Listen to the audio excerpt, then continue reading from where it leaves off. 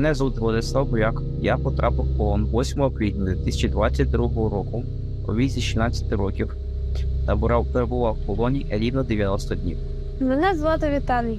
Мені 14 років. Я живу в Херсонській області, село Киселівки.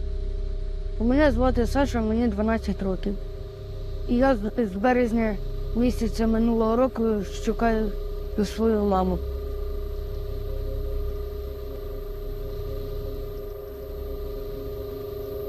Ми пішли з дядьком десь обід погуляти.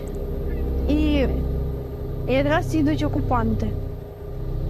І вони зупиняються і перевіряють телефони. Побачили ті окупанти, що ми переписувалися з українськими військовими, забрали нас на заправку, побили нас там по почкам, по лиці, потім кинули там на яму, там де свинячі чи якісь там кишки були.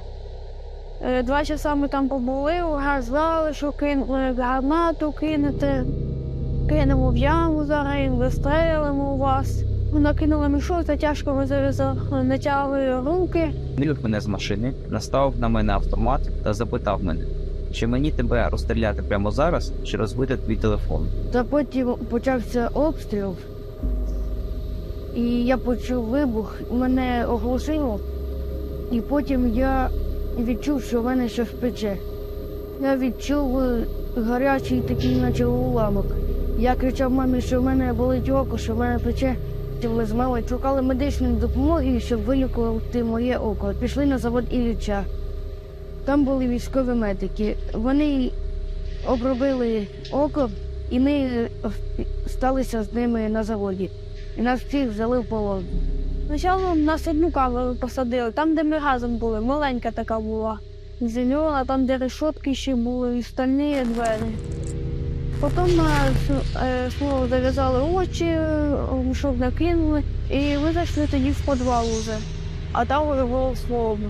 Перші 4 дні я взагалі не їв.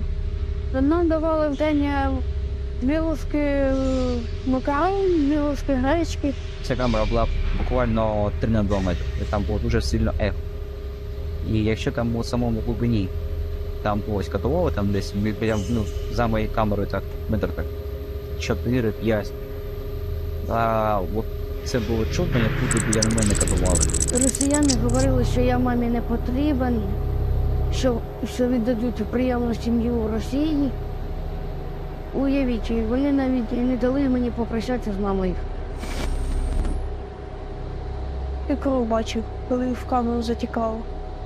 Я боявся вистрілу пістолетом, бо там грали руську рулетку, на вас стріляли закритими глазами. Коли я зайшов в ту кімнату, і до стелі руками був привішений людина, дротами була за руки підвішена, і цією людиною весь пол був залит кров'ю. Так ще біля нього, знаєте, якась типа маленьке таке відерце, може там десь на 500 мл на літр, і воно було повністю, так, знаєте, залито кров'ю. Біля нього, в цій кімнаті він там стояв спів і спокійно записував російський військовий його показання. І його росіяни 3 дні катували, його катували струмом електричним, його дуже сильно били, там кастетами, прикладами, від автоматів, ногами били. Потім з нього ще, зняли штани, і потім його ще електрошокером його, вбили там по деталі. Після 3 днів він просто з'їхав з луку. Потім, коли ж він розстрілив порізав, мені потрібно було прибирати кімнату. Я просив, щоб я зв'язався з батьками. Вони мені не давали. У мене був дуже сильний, дуже сильний страх. Якщо побачити, що я плачу, вони можуть розуміти, що я зламався, що все, пора від нього звільнятися. І от кожен день ти прокидаєшся, тобі дуже страшно, бо це як лотерея. Ти будеш жити завтра, чи ти помреш завтра. Хочете це все забути. Потрібно якомога швидше закінчувати цю війну.